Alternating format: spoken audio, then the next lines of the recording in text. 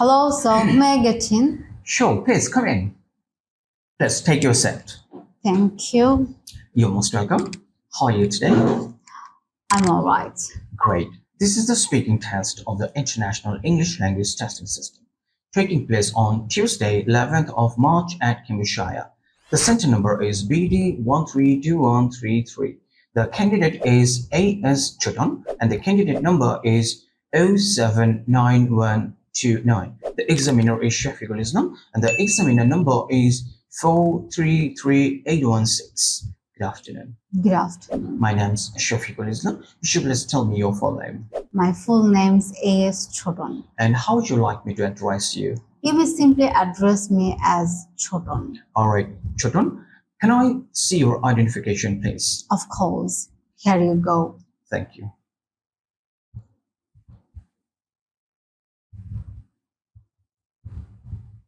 Thank you.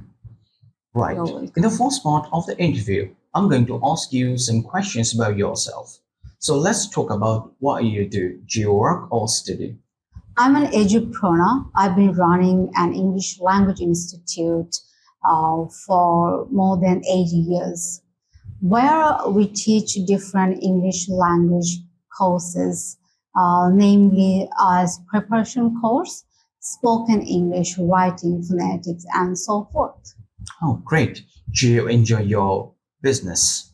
Of course, I enjoy a lot. The success of my students really makes me fascinated. And there's a real happiness I find in me. Oh, great to hear. So let's talk about technology and communication. All right, no problem. All right. How has technology changed the way we communicate with each other? Technology has made communication faster, easier, and more accessible. With social media, instant messaging, and video calls, we can connect with anyone, anywhere in real time. It's also transformed professional communication, enabling remote work and global collaboration. Great. Right. So, do you think people rely too much on technology for communication? Yes, many people depend excessively on technology, often preferring text over face-to-face conversations. While it enhances connectivity, it also reduces personal interaction, weakens social skills, and can lead to digital addiction. Balance is key to maintaining meaningful communication. Great. So, what are the advantages and disadvantages of using technology in communication, you think?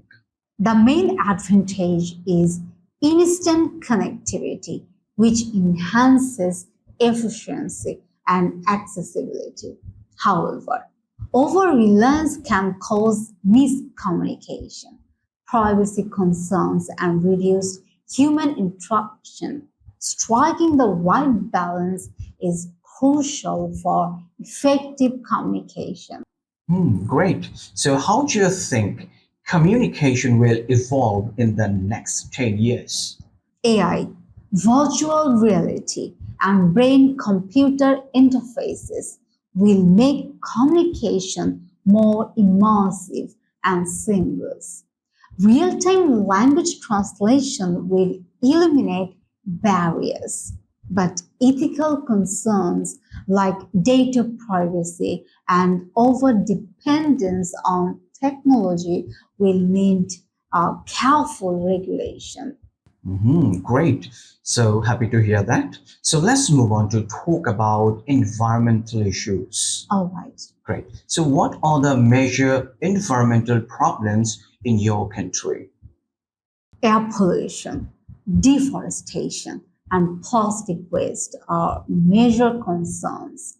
Rapid urbanization has worsened pollution levels, while excessive plastic use threatens marine life. These issues require urgent attention to prevent long-term environmental damage. So how can individuals contribute to solving environmental problems? Small actions like reducing plastic use, recycling, conserving energy, and using public transport can make a big difference. Raising awareness and supporting eco-friendly businesses also contribute to sustainability. All right. So do you think governments are doing enough to tackle environmental issues? While some governments implemented green policies, enforcement is often weak. Stronger regulations, investment in renewable energy, and stricter industrial policies are needed for real impact. Well said. So how can education play a role in environmental conservation? Education creates awareness and encourages sustainable habits.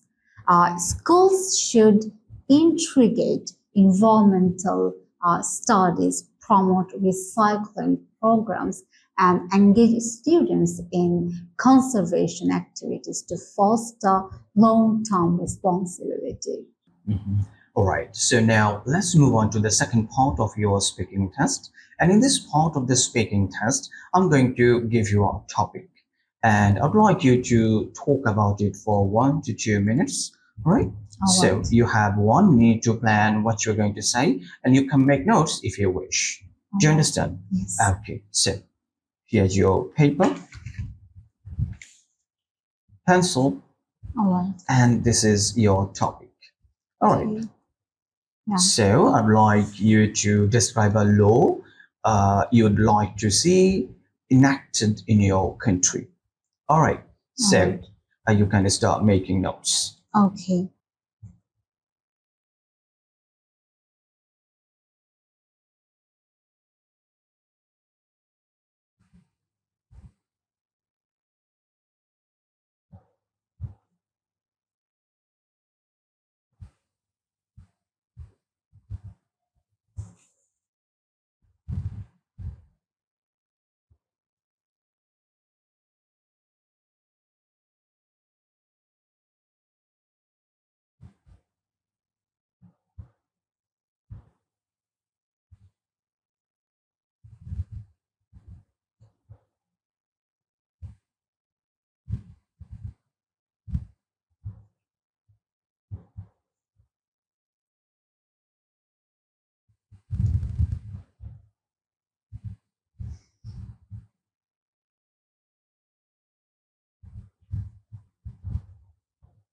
All right, your time's up. Now, you've 1 to 2 minutes for this, so don't worry if I stop you. I'll tell you when time's up. Is that all right? Okay, so could you please start speaking now? One law I'd like to see implemented is a strict regulation on plastic usage, particularly banning single-use plastics. Plastic pollution has become a major environmental crisis, clogging rivers, harming wildlife, and contributing to long-term ecological damage. Despite growing awareness, plastic waste remains a pressing issue due to the convenience and affordability of disposal plastic products. To enforce this law effectively, the government could introduce strict penalties for manufacturers and retailers who contribute producing or selling single-use plastics.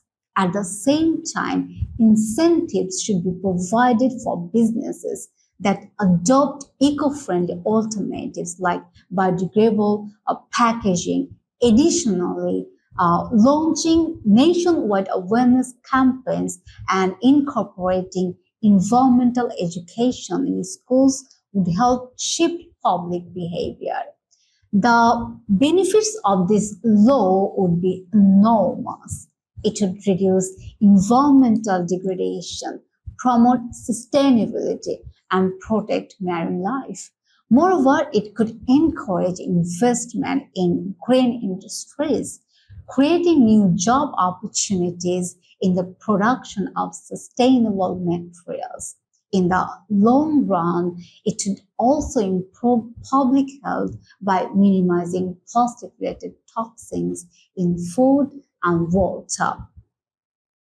I strongly support this law because plastic waste is one of the biggest threats to our planet.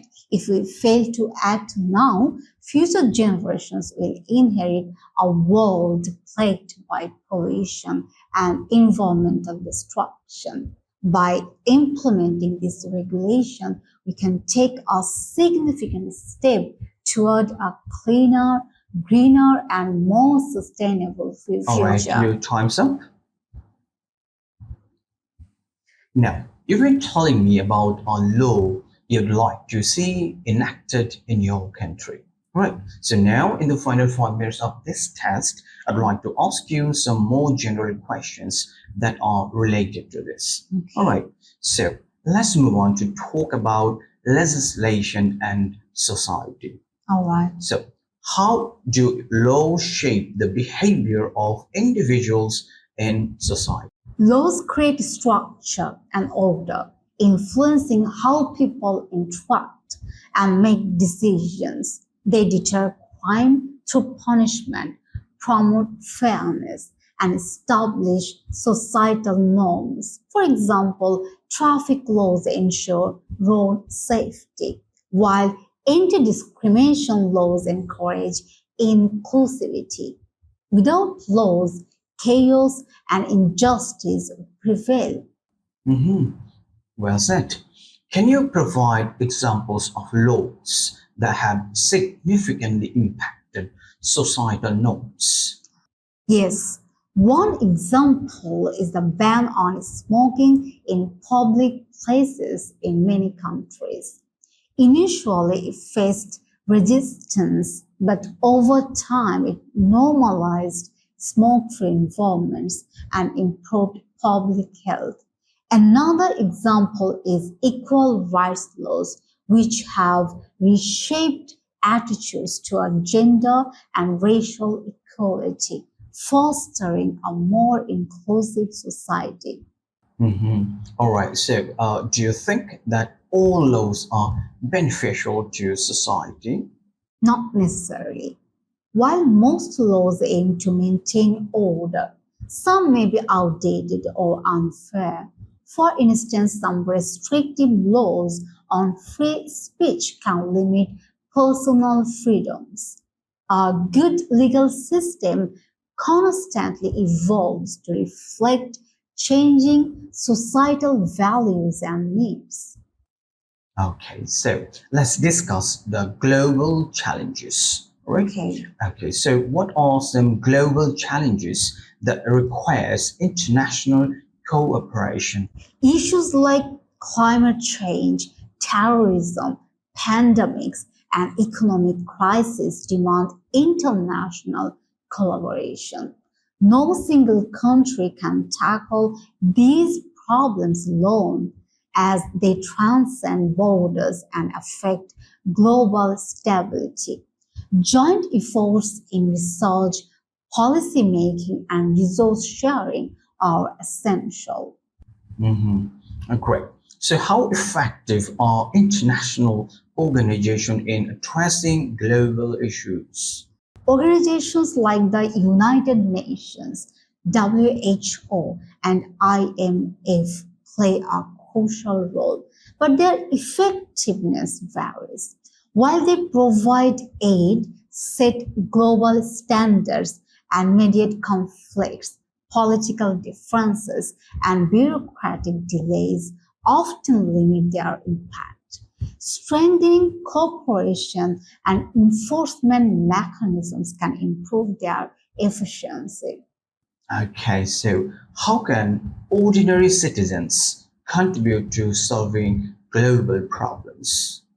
Individuals can help by reducing waste, supporting ethical brands, advocating for change, and staying informed. Small actions like using plastic, donating to global causes, and voting for responsible leaders collectively make a significant impact on global challenges. All right, yes, Choton, that's the end of your speaking test. Thank you so much. You're most welcome.